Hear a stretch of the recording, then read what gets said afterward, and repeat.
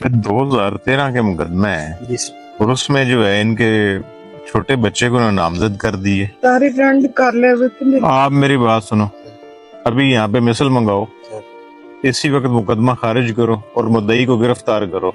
उसकी जुर्रत हुई है कि 6 साल का इसका बच्चा है, जब 2013 में इसकी 6 साल उम्र थी, 6 साल में उसने चोरी करना है उसने मोटरसाइकिल, तो शर्म भी नहीं उनको आती।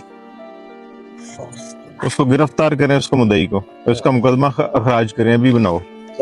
इनको साथ ले जाएं, आप ठीक साथ ले जाएं, यहीं पे बैठ कर, थाने नहीं जाएंगी ये। अखराज रिपोर्ट इनके हाथ में जमा कराएं, ये उधर अदालत में जमा करा देंगे हम खुद ही चालान। मुद्दई को गिरफ्तार करें, ठीक है, ताकि ये भी मैं ट्रेंड सेट करूं ना। ये कोई मजाक है कि 6 साल का बच्चा है और उसको उन्होंने नामजद कर दी है।